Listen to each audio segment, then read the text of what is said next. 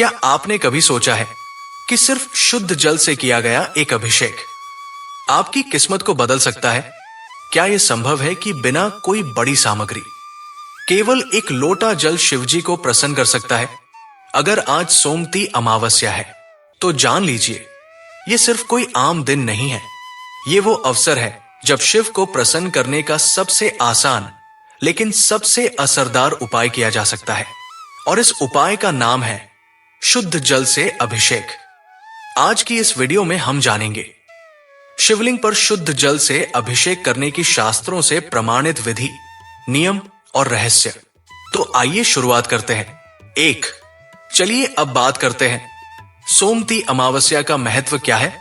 पहली बात, सोमवार प्लस अमावस्या चमत्कारी संयोग। जब अमावस्या का दिन सोमवार से जुड़ता है तो यह दिन शिव भक्ति के लिए अत्यंत फलदायी हो जाता है। कहा जाता है कि इस दिन किया गया जलाभिषेक 100 गुना फल देता है। दूसरी बात, क्यों विशेष है शिव को जल चढ़ाना? शिवलिंग पर जल चढ़ाने से केवल पाप ही नहीं धुलते, बल्कि मन की नकारात्मकता, कर्मों की बाधाएं और कुंडली के दोष भी शांत होते हैं। 2, अब जानते हैं शुद्ध जल से शिवजी का अभिषेक करने की सही विधि क्या है। पहला नियम, जल कैसा होना चाहिए? जल साफ, ठंडा और बिना किसी सुगंध या रसायन के होना चाहिए। अगर संभव हो तो गंगा जल या उसमें कुछ बूंद गंगा जल मिलाकर उपयोग करें। दूसरा नियम, अभिषेक से पहले स्वयं की शुद्धता जरूरी। सूर्योदय से पहले उठें और स्नान करके स्वच्छ वस्त्र धारण करें। अभिषेक करते समय मौन रहना या नमः शिवाय का जप करना श्रेष्ठ होता है। तीसरा नियम, अभिषेक की विधि और भावना। जल को दोनों हाथों से पकड़ें और धीरे धीरे शिवलिंग पर अर्पित करें। मन में यह प्रार्थना करें, हे भोलेनाथ, ये जल नहीं, मेरी भावनाएं हैं, कृपया इसे स्वीकार करें। कम से कम 11 बार नमः शिवाय मंत्र बोलें। 3, चलिए अब बात करते हैं किन बातों का विशेष ध्यान रखें। सावधानियां।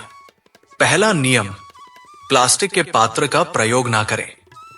अभिषेक के लिए तांबे, चांदी या मिट्टी के पात्र का ही उपयोग करें।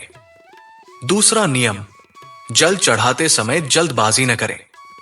भाव में खोकर शिव को जल चढ़ाना ही सच्ची पूजा है। एक एक बूंद में आपकी भक्ति दिखनी चाहिए। तीसरा नियम, अभिषेक के बाद वही बैठकर ध्यान करें। अभिषेक के बाद वही कुछ देर बैठकर शिव मंत्रों का जप करें। इससे आपकी हर भावना, हर प्रार्थना सीधे शिव तक पहुंचती है। 4, और अंत में क्या मिलेगा इस साधारण से जलाभिषेक से? मन की शांति मिलेगी, रुके हुए कार्य बनने लगेंगे, पितरों की कृपा और शिव की छाया आपके जीवन में बनी रहेगी, और सबसे बड़ी बात, आप खुद को शिव के और करीब पाएंगे। तो इस सोमती अमावस्या पर शिव को केवल जल अर्पित कीजिए, क्योंकि शिव को चीजें नहीं, भावनाएं चाहिए।